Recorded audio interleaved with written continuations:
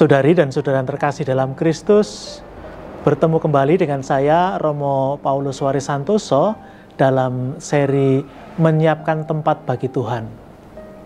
Hari ini 21 Desember, hari yang spesial, hari terpendek sepanjang tahun, malamnya malam terpanjang. Maka di sini kebiasaan orang-orang Hong Kong, orang-orang Cina, juga mereka yang menyebar di seluruh penjuru dunia, merayakan hari ini dengan perayaan wedang ronde. Ada istilahnya, tapi khasnya mereka minum itu minuman berkuah jahe, lalu dengan bola-bola yang ya kalau kita di Indonesia ronde. Karena memang hari ini hari paling dingin, karena malamnya begitu panjang, harinya singkat, maka dingin sekali. Tapi hari ini saya tidak akan membahas soal ronde ini. Kita akan terus melanjutkan peziarahan permenungan mengenai menyiapkan diri menyambut datangnya Tuhan. Sebelum lebih lanjut, mari kita berdoa terlebih dahulu, doa malaikat Tuhan. Demi nama Bapa dan Putra dan Roh Kudus. Amin. Maria diberi kabar oleh malaikat Tuhan bahwa ia akan mengandung dari Roh Kudus. Salam Maria, penuh rahmat Tuhan sertamu, terpujilah engkau di antara wanita, dan terpujilah buah tubuhmu Yesus. Santa Maria Bunda Allah, doakanlah kami yang berdosa ini, sekarang dan waktu kami mati. Amin. Aku ini hamba Tuhan, terjadilah padaku menurut perkataanmu. Salam Maria, penuh rahmat Tuhan sertamu, terpujilah engkau di antara wanita, dan terpujilah buah tubuhmu Yesus. Santa Maria Bunda Allah, doakanlah kami yang berdosa ini, sekarang dan waktu kami mati. Amin. Sabda sudah menjadi daging dan tinggal di antara kita. Salam Maria, penuh rahmat Tuhan sertamu, terpujilah engkau di antara wanita, dan terpujilah buah tubuhmu Yesus. Santa Maria Bunda Allah, doakanlah kami yang berdosa ini, sekarang dan waktu kami mati. Amin. Doakanlah kami ya Santa Bunda Allah, supaya kami dapat menikmati janji-janji Kristus. Marilah kita berdoa. Ya Allah, karena kabar malaikat kami mengetahui bahwa Yesus Kristus Putramu menjadi manusia, curahkanlah rahmat-Mu ke dalam hati kami, supaya karena sengsara dan salibnya, kami dibawa kepada kebangkitan yang mulia, sebab Dialah Tuhan dan pengantara kami. Amin. Para saudara, hari ini dalam perayaan Ekaristi kita mendengarkan bacaan dari Injil Lukas. Kisah ketika Bunda Maria mengunjungi Elisabet, saudarinya. Dua perempuan yang sedang mengalami sebuah misteri sulit untuk dijelaskan. Elisabet bertahun-tahun lamanya dalam hidup pernikahannya, dia menantikan seorang anak, tapi tidak juga bisa mengandung. Bahkan orang menjulukinya mandul. Lalu kini di usia senja, ketika dia dan suaminya sudah bisa menerima keadaan itu, tiba-tiba Tuhan menunjukkan mukjizat. Dia hamil. Bagaimana bisa mengungkapkan ini semua, bagaimana bisa menceritakan juga tidak gampang. Di sisi yang lain, Bunda Maria juga sama. Dia masih muda, dia memang sudah masuk ke jenjang pernikahan, tapi baru tahap pertama, di mana dia masih tinggal bersama orang tuanya, dan Yosef, tunangannya atau suaminya, juga tinggal bersama keluarganya. Lalu malaikat datang kepadanya, memberitahukan bahwa dia akan mengandung, memiliki anak. Bagaimana dia harus menceritakan semuanya ini? Sebuah misteri mukjizat Tuhan. Dan dua-duanya kemudian bertemu. Maria yang berjalan jauh dari Nazaret ke tempat Elisabet, ini mungkin sekitar 100 km atau lebih mungkin ya, jalan kaki, jalannya susah, mungkin 3 atau 4 hari perjalanan lamanya. Dia hamil muda, sendirian, tentu dia mengalami kelelahan. Bukan hanya fisiknya, tapi juga secara mental, psikologis. Apalagi baru menerima kabar yang begitu menggoncangkan hatinya. Tapi yang kita lihat dari pertemuan dua orang ini adalah betapa rendah hatinya mereka. Kerendahan hati Elisabet dan kerendahan hati Maria terpampang begitu jelas.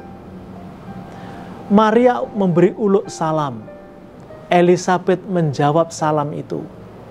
Apa yang dikatakan Maria tidak dikatakan dalam Injil, tetapi jawaban Elisabet diutarakan dengan sangat jelas. Elisabet menyampaikan betapa terhormatnya dirinya mendapat kunjungan dari Maria.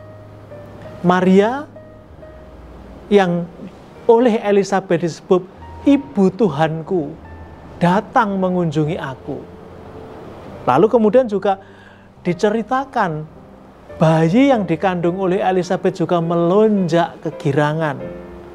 Pertemuan Maria dan Elisabet itu juga menjadi pertemuan bagi Yesus dan Yohanes yang dua-duanya masih di dalam kandungan.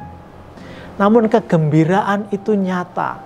Rahmat Tuhan yang mereka terima, meskipun mereka tidak bisa menjelaskan, tidak bisa menceritakan dengan leluasa karya Tuhan itu, tapi itu menimbulkan sukacita. Bahwa bayi yang melonjak kegirangan itu tidak bisa tidak adalah suatu tanda kegembiraan. Dan kegembiraan itu memang patut dibagikan. Dan kemudian yang kita lihat dari Maria adalah bagaimana dia meneguhkan orang lain. Maria meneguhkan Elisabet, Elisabet meneguhkan Maria. Kata-kata peneguhan itu penting, saudari dan saudara terkasih. Dalam hidup kita, dalam pengalaman hidup kita, mungkin kita juga mengalami orang lain memuji kita. Misalnya di media sosial ya, kita memposting sesuatu, lalu ada orang yang menyukai, menekan jempol ke atas atau memberi komentar, bagus, terima kasih, amin, atau apapun. Itu menyenangkan, menguatkan bagi yang memposting.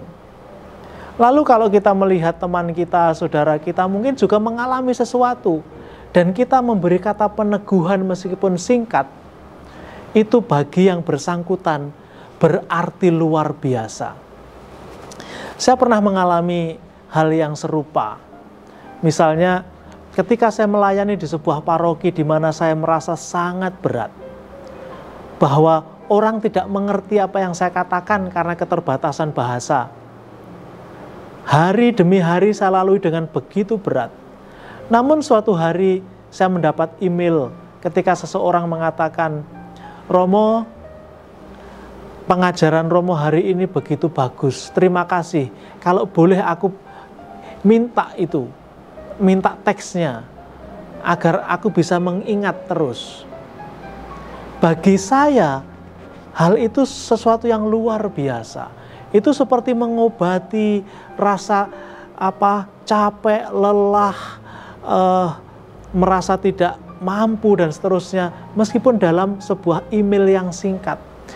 Meneguhkan orang lain, kata-kata peneguhan meskipun singkat itu sangat-sangat berarti. Kita kerap kali pelit untuk meneguhkan. Kita lebih mudah mencela. Kita lebih mudah menilai negatif. Kurang ini, kurang itu, terlalu begini, terlalu begitu, kurang bagus, dan seterusnya. Mencari sisi positif dari apa yang ada itu memang tidak gampang. Tetapi itu penting dan perlu. Meneguhkan, peneguhan. Maria meneguhkan Elisabet, Elisabet meneguhkan Maria.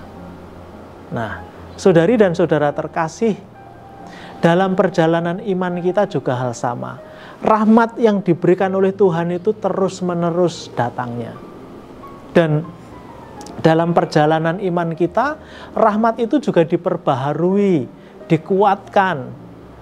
Santa Teresa Lisieux menggambarkan bahwa rahmat besar yang dia terima adalah ketika dia dibaptis, kemudian ketika dia memperbaharuinya dalam kaul-kaul. Maka dalam suratnya, dia menulis surat pada tanggal 8 September 1890. Ini bisa ditemukan di bagian apendik dari catatannya. Kalau buku saya halaman 275, Santa Teresa mengatakan begini: semoga aku tidak pernah kehilangan mantol keduaku, mantol baptisanku.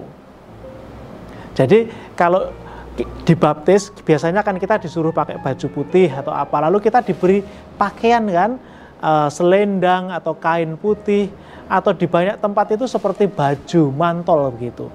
Dan bagi Teresa, dan bukan hanya Teresa ya, gereja mengajarkan bahwa pakaian putih ini adalah Kristus sendiri. Pakaian Kristus sendiri, dan rahmat terbesar yang boleh kita terima adalah Kristus itu sendiri.